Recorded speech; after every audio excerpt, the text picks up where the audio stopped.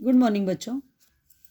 Literature का बच्चों lesson 12 Sudama चरित, जो कि कक्षा में हम लोग इसका पूरा अर्थ और प्रश्नोत्तर शब्दार्थ सभी कुछ कर चुके हैं। आज आपको बच्चों इसका वीडियो बनाने जा रहे हैं।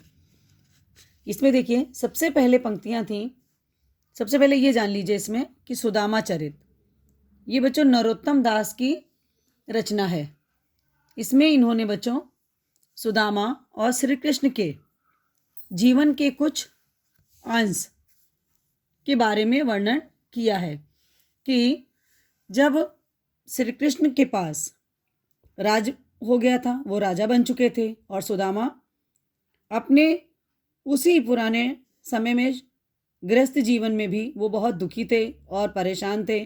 उनकी दयनीय स्थिति थी, बहुत स्थिति खराब थी। तो एक बार उनकी पत्नी ने उनसे कहा कि आप जो है श्री कृष्ण के पास जाइए, वो आपके मित्र थे, तो वो आपकी मदद अवश्य करेंगे।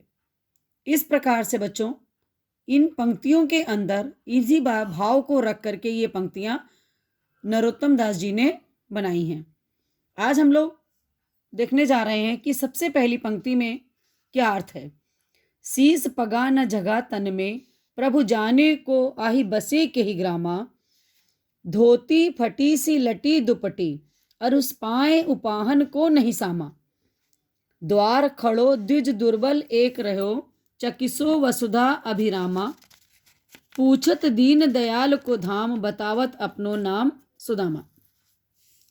तो बच्चों इन पंक्तियों में उन्होंने कौन बता रहा है, दरबान जो था वो जाकर के श्री कृष्ण को बताते हैं कि द्वार पर एक दीनहीन व्यक्ति खड़ा हुआ है, और वो एकदम बहुत उसके सिर पे ना तो क्या है पगड़ी है, और ना तन पे अच्छे कोई कपड़े हैं। प्रभु जाने को आही बसे कही ग्रामा, तो वो कहाँ पहुंचे हैं बच्चों? द्वारका के द्वार पर, श्री कृष्ण जहाँ पर रहते थे।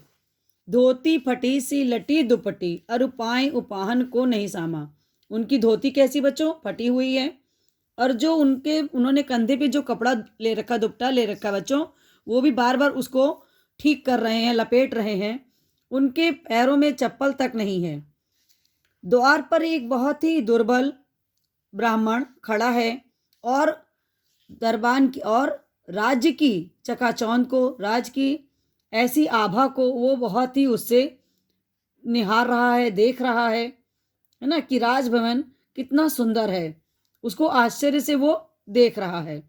और पूछत दीन दयाल को धाम, और क्या कर रहा है? और अपना श्री कृष्ण का धाम अर्थात उनका निवास पूछ रहा है, और अपना नाम सुदामा बता रहा है। ये तो था बच्चों इन पंक्तियों का अर्थ।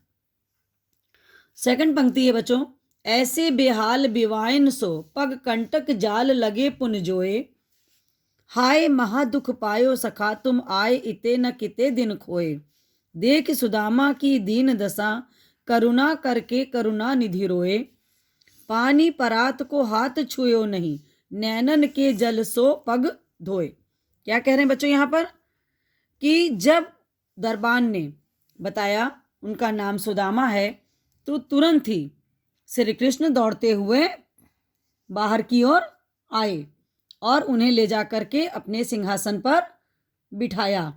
उनके पैरों को धोने के लिए क्या किया? एक परात में पानी भरवा के मंगाया।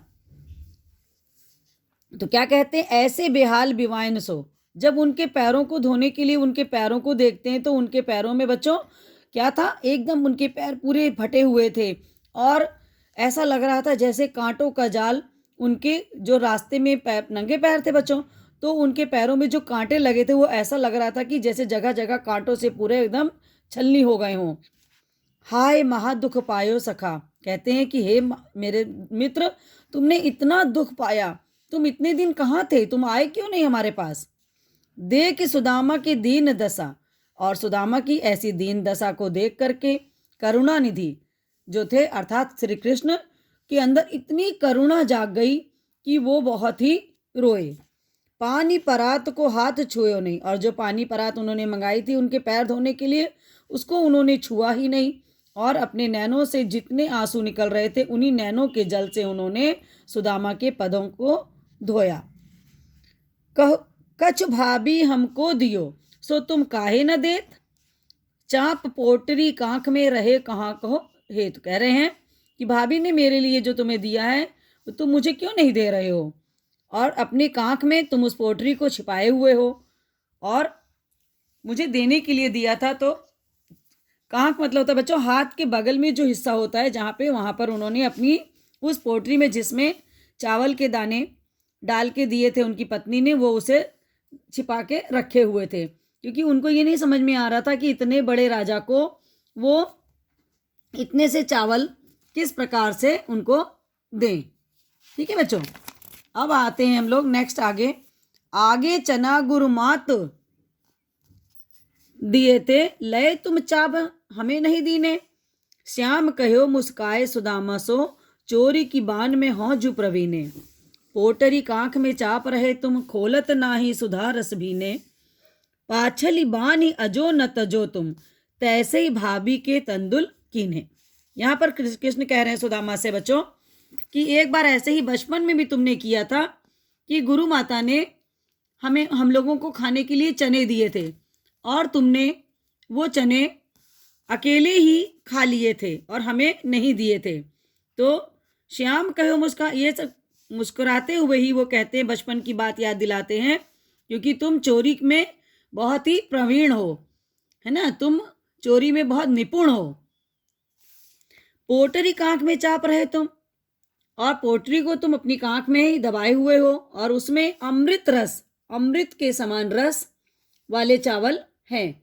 तुम उसे खोलते क्यों नहीं हो, कि तुम्हारी बचपन की वे आदत लगता है अभी भी छूटी नहीं है। तुम भाभी के अमृत रस से सने चावलों को अकेले ही खा लेना चाहते हो, मुझे नहीं देना चाहते हो। आगे की पंक्तियां नेक्स्ट पेज पर बच्चों देखिए।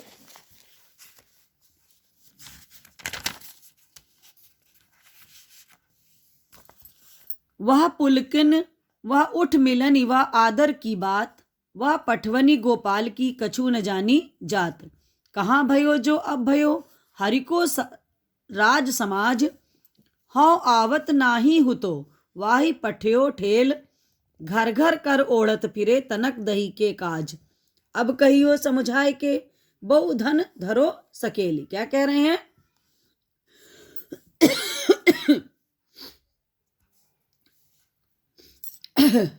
यहां पर देखिए, वह पुलकन वह उठ मिलन, कह रहे हैं कि उस तरह से ऐसे पुलकन हुए, है ना, ऐसे खुश हुए कि प्रसन्नता से ऐसे प्रेम पूर्वक बाहों में ऐसे लेके मिलाए, ऐसे उनकी। अब क्या हुआ था, और बहुत आदर दिया। वह पठवन गोपाल की, अब जब उन्होंने वापस जाने के लिए अपनी बात कही तो क्या कहते हैं कि विदा किया, तो उस समय क्या है कि कुछ न जानी जात, कहा भयो जो अब भयो हरि को राज समाज। कह रहे हैं कि प्रत्यक्ष रूप से तो उन्होंने उनको कुछ भी नहीं दिया, है ना, इतना सम्मान किया। श्री कृष्ण ने विदा करते समय ये भी नहीं सोचा कि मेरी जाति का भी उनको ध्यान नहीं आया, यह भी ध्यान नहीं रहा कि ब्राह्मण को खाली हाथ नहीं भेजना चाहिए। तो सुदामा कहते हैं बच्चों कि हाँ आवत नहीं हो तो वाही पठायो ठेल। कह रहे हैं कि मैं तो आना नहीं चाहता था, लेकिन मेरी पत्नी ने मुझे जबरदस्ती ही यहाँ पर भेजा है। और ये वही कृष्ण तो है, उनके मन की बात सुनिए कि घर घर कर ओढ़त फिरे तनक दही के काज। कह रहे हैं कि ये वही कृष्ण हैं जो तनिक से दही के लिए घर घर जा कर के नाना प्रकार के बहाने बनाते थे, है ना। ऐसे मित्र से उम्मीद ही क्या है, कि वही तो कृष्ण हैं जो घर में दही मक्खन होने पर भी क्या करते थे, चोरी करके दही मक्खन खाते थे। उनके अंदर बहुत गुस्सा, अपनी पत्नी के ऊपर गुस्सा मन में आ रहा है, भाव ऐसा उत्पन्न हो रहा है कि बहुत गुस्सा है। अब वो कह रहे हैं कि मैं अब कहियो समझाए कि मैं अब जाऊंगा जब वापस, तो मैं चलकर उससे यही कहूंगा कि श्री कृष्ण ने सारा धन दिया है, इतना सारा उसे संभाल कर रख लो। क्या कह रहे हैं कि अब मैं जाके उनको कहूंगा इस बात को कि के बहु धन धरो सकेल, कि इतना ढेर सारा धन दिया है उसको तुम संभाल के रख लो। नेक्स्ट पंक्ति बच्चों, बैसोई राज समाज बने गज बाज घने मन संभ्रम छायो, कैंधो परयो कहु मार्ग भूल, कि फेर कि मैं अब द्वारका आयो। भौन बिलोक्यो को मन लोचत, अब सोचत ही सब गांव मझायो। पूछत पाणे फिरे सब सो पर, झोपर को कहूँ खोज न पायो। क्या कह रहे हैं बच्चों? यहाँ पर वैसो ही मतलब होता उसी तरह के। गजबाज मैंने बच्चों हाथी और घोड़े। तो कह रहे हैं कि बिल्कुल वैसा ही जैसे वो द्वारका में देख के आए थे, वैसा ही उनको उनके सामने बिल्कुल वैसा ही राज समाज पूरा बना हुआ था। अब वो संदेह की स्थिति में थे, मन संभ्रम छायो। उनके मन में संदेह की स्थिति थी बच्चों कि गांव में जिस जगह पर मेरी झोपड़ी थी, उस जगह द्वारिका जैसा ही एक सुंदर राजमहल सुशोभित हो रहा है, और उसके आसपास भी द्वारका जैसी समृद्धि और समाज फैला हुआ है। ठीक है, तो महल के आसपास पर्याप्त मात्रा में क्या है बच्चों? हाथी घोड़े सब हैं वहां पर। अब वो सोचने लगते हैं बच्चों कि जब ये सब कुछ यहाँ पर द्वारका जैसा ही है, तो शंका होती है उनको, सोचने लगती है कि कहीं ऐसा तो नहीं कि कैंधो परयो कहूँ मार्ग भूली, कि मैं मार्ग को भूल करके वापस द्वारिका ही तो नहीं आ गया हूं। भौन बिलोक्यो को मन लोचत, क्या कह रहे हैं बच्चों? कि रास्ता भूलकर वापस द्वारिका के राज प्रसाद के पास आ गया हूं, और इन सुंदर भवनों को देखने के लिए मेरे मन में बार बार जो लोभ उत्पन्न हो रहा है, लगता है मुझे इसी वजह से ऐसा संदेह हो रहा है। और यही सब सोचते हुए बच्चों वो पूरे गांव में घूम रहे थे। सुदामा पाणे सबसे पूछत, पाणे यहाँ पर बच्चों सुदामा के लिए प्रयोग किया गया है। पूछत पाणे फिरे सब सो पर, कह रहे हैं कि सुदामा पाणे सबसे पूछते फिर रहे हैं, परंतु वे झोपड़ी को खोज न पाए, अपनी झोपड़ी को वो खोज नहीं पा रहे हैं। लास्ट है बच्चों, कह वह टूटी सी छानी हती, कह कंचन के अब धाम सुहावत, कह पग में पनही न हती, कह ले गजराजो ठाड़े महावत। भूमि कठोर पे रात कटे, कह कोमल सेज पे नींद न आवत, कह जुरतो नाही कोदो सवा, प्रभु के परताप ते दाख न भावत। क्या कह रहे हैं बच्चों यहाँ पर कि जब द्वारका से वापस आते समय सुदामा ने बच्चों प्रत्यक्ष रूप से उनको कुछ नहीं दिया था, और परोक्ष रूप से उनको सुदामा की उनकी स्थिति पूरी बदल दी थी।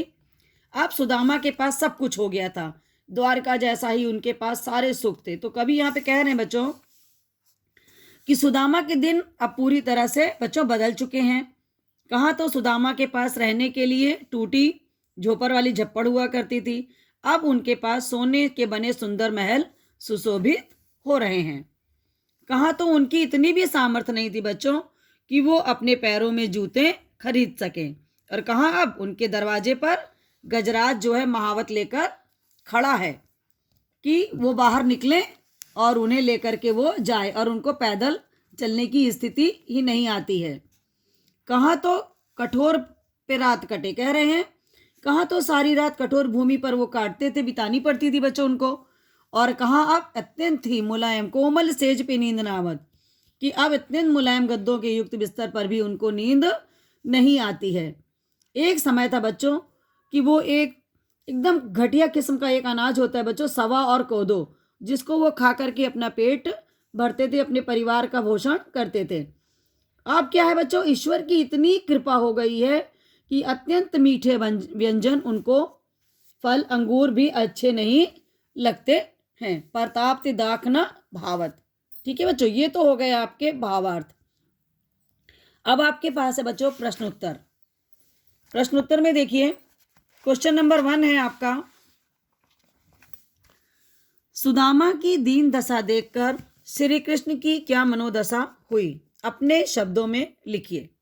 ये तो क्वेश्चन नंबर 1 है। इसका आंसर देखिए, सुदामा की दीन दशा देखकर सुदामा के बचपन के सहपाठी एवं मित्र जो अब द्वारका के राजा श्री कृष्ण थे, उनका मन करुणा से भर गया। उनकी विवाहियों से युक्त पैर जिसमें जगह जगह कांटे चुभे देखकर श्री कृष्ण रो पड़े। उन्होंने सुदामा से कहा, मित्र तुम इधर अब तक क्यों नहीं आए? तुम इतने दिन इस तरह घोर गरीबी में दिन क्यों बिताते रहे? आंसर नंबर 1 बच्चों कंप्लीट। क्वेश्चन नंबर 2 है बच्चों, पानी परात को हाथ छुयो नहीं, नैनन के जल सो पग धोए, पंक्ति में वर्णित भाव का वर्णन अपने शब्दों में कीजिए। इसका आंसर है बच्चों कि पानी परात को डैश डैश डाल के फिर पग धोए, ये तो पंक्ति हो गई। फिर लिखेंगे पंक्ति के अनुसार सुदामा की घोर गरीबी तथा पैरों की दशा देखकर श्री कृष्ण का मन रो उठा। वे सोचने लगे कि वे स्वयं द्वारका के राजा हैं और वैभवशाली एवं ऐसो आराम का जीवन बिता रहे हैं, किंतु उनका ही मित्र सुदामा घोर गरीबी में जीवन बिता रहा है। यह सब देखकर एवं सोचकर उनकी आंखों में आंसू गिरने लगे। इस प्रकार श्री कृष्ण की मनोदशा अत्यंत दुखी थी। क्वेश्चन नंबर आपको यहाँ पर हमने कराया है क्वेश्चन नंबर 5 बच्चों।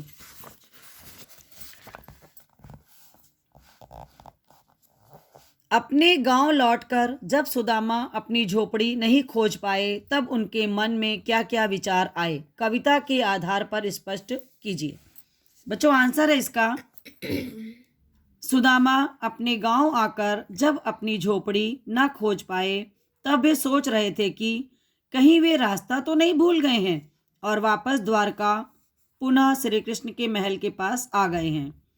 सेकंड नंबर पे लिखोगे उनके मन पर द्वारका में बने सुंदर भवनों का संदेह तो नहीं छा गया है। ये हो गया बच्चों हमारे क्वेश्चन आंसर। हमने 3 क्वेश्चन आपको कंप्लीट कराए हैं।